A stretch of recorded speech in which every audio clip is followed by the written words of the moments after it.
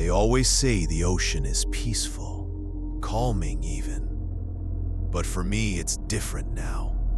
Ever since what happened at my family's beach house, the sound of waves doesn't soothe me. It unsettles me. This happened just before summer, when I volunteered to open up my parents' beach house for the season. They usually handled it, but my dad had surgery and couldn't make the trip, so I offered to do it. I figured I'd get a quiet weekend at the coast, maybe drink a little wine, watch the sunset, just breathe. The house is on the outskirts of a sleepy coastal town, perched on a hill above the dunes. It's not directly on the water, but if you open the windows at night, you can hear the tide rolling in and out. It used to be my favorite sound. When I arrived, everything was exactly how we'd left it at the end of last season. The air was stale, but the house looked fine. I aired it out, checked the plumbing, made the beds. It felt good to have some space to myself, especially after months of being cooped up in the city. That first night, I slept in the master bedroom upstairs. It has a balcony that overlooks the dunes, and from the bed, you can see the sea if the curtains are open. I left them that way intentionally. There's something really beautiful about falling asleep to moonlight on the water. Sometime after midnight, I woke up, not to a sound exactly, but to the absence of one. The waves had stopped. It was completely, unnaturally silent. I sat up and looked toward the balcony. There was a figure standing just outside the glass doors. At first, I thought I was dreaming. My eyes were foggy, my mind groggy. I reached for my phone on the nightstand, but it had died while I slept. I looked back, and the figure was gone. I tried to calm myself down. Maybe it was a shadow, a dream, a combination of both. But just to be safe, I got up and locked the doors. I barely slept the rest of the night. The next morning, I walked outside and checked the balcony. Nothing unusual. No footprints. No signs that anyone had been there. I figured I'd let my imagination get the better of me. That night, I double-checked every door and window before going to bed. Around 2 a.m., I heard something. Not outside, inside. It sounded like shuffling footsteps downstairs. I froze in bed, listening. Another creak. Then silence. I slowly got up, heart pounding, and grabbed the closest thing I could find. A heavy lamp. I crept down the stairs, skipping the ones I knew would creak. The living room was empty. Kitchen, empty. I flipped on every light in the house. Nothing. But just as I started to convince myself it was nothing, I heard something again. A thud. From upstairs. From the attic. I didn't even know the beach house had an attic. I walked toward the narrow hallway at the back of the upstairs floor. Sure enough, there was a tiny pull-down panel above me, and it was slightly ajar. I stared up at it for a long time, debating whether to open it or not. I didn't. I called the police. When they arrived, I told them what had happened. They checked the attic and found something I still don't like thinking about. A makeshift sleeping bag, empty food containers, and a knife. They didn't find the person, but they told me someone had likely been living up there for days, maybe longer, watching me, listening to me move around the house, maybe even sneaking down when I was asleep.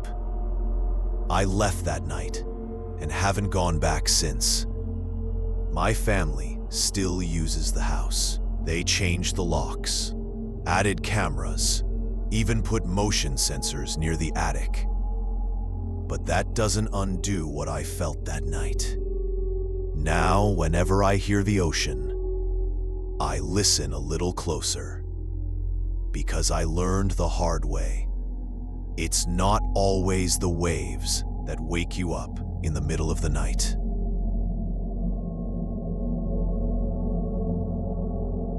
It was supposed to be a peaceful retreat, my first solo weekend at the family beach house since my mom passed. I hadn't been back since the funeral. My dad offered to come with me, but I told him I needed some space to think, to grieve. The beach house hadn't changed. Same creaky porch steps, same faded shingles, same ocean view that used to make everything feel okay. But this time, the place felt different, like something was waiting. I chalked it up to grief. I opened the windows, let the sea air in, poured a glass of wine, and tried to relax. By evening, I was on the back deck, watching the tide come in, the sky melting into orange and purple streaks. It was beautiful, peaceful even. That night, I slept in my old childhood room. It was quiet except for the steady hum of waves. Around 3 a.m., I woke up. I couldn't explain why. No noise, no nightmare. Just awake. I turned on the bedside lamp. The bulb flickered once, then died. Great. Still half asleep, I shuffled into the hallway toward the upstairs bathroom.